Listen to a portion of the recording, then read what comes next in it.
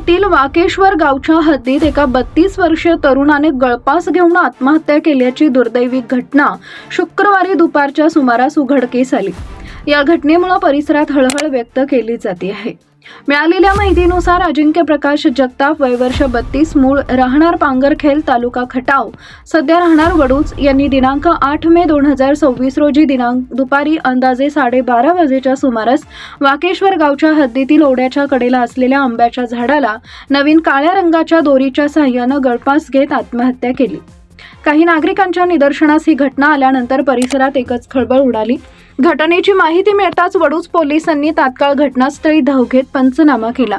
त्यानंतर मृतदेह पुढील वैद्यकीय तपासासाठी पाठवण्यात आला।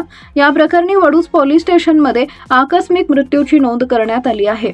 अजिंक्य जगताप यांनी इतके टोकाचं पाऊल का उचललं याचं नेमकं कारण अद्याप समोर आलेलं नाही। पोलिसांकडून विविध अंगांनी तपास सुरू असून हवालदार सचिन साळुंके पुढील तपास करत आहेत। या घटनेमुळे पांगरखेल व वडूज परिसरात शोककळा पसरली आहे। आज न्यूज साठी संदीप जठार, गोंदवले।